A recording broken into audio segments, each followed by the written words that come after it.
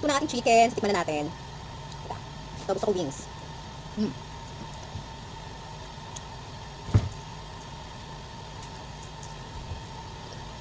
Crunchy.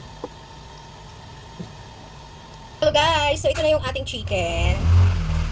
Para makatipid at walang masyadong gastusin, ang gagawin ko na lang dyan ay lechon. At atin nang hiwain ang ating bawang, ating chicken. Lalagyan na natin siya.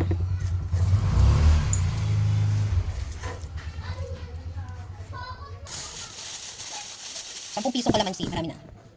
Ayan. Yung manok, nabili ko lang siya ng ₱185.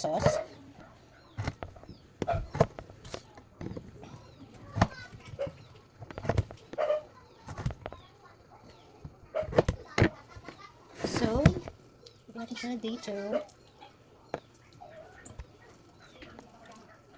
Pampalis ng lansa.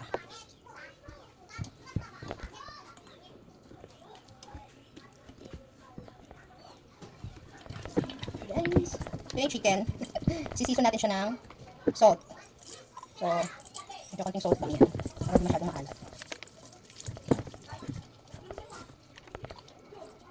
Lalagyan natin sa loob para mag-season ang salt. At meron akong patis. So, lalagyan natin siya ng konti lang.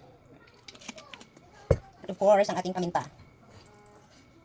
At mamaya, lalagyan natin ng tanglad. So, marinate muna natin to ng mga 30 minutes to 1 hour. Mas matagal, mas masarap. Pero, sige na. Kasi wala ng oras. So, para sumixik siya, butas-butasan na lang natin yung ating chicken para manuot yung flavor. So, kaya na muna natin siya guys. Chicken, na-marinate na siya. Ayan. So, lalagyan natin siya ng para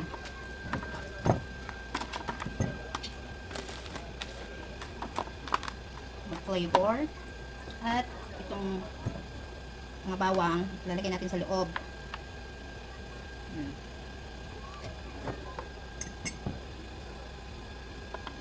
Para mag-flavor ng husto ang ating lechon manok.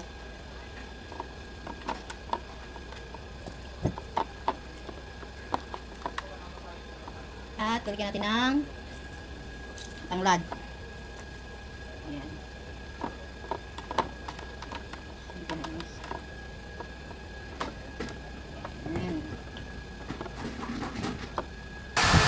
Bibake lang natin siya guys ng 45 minutes to 100 degrees Celsius.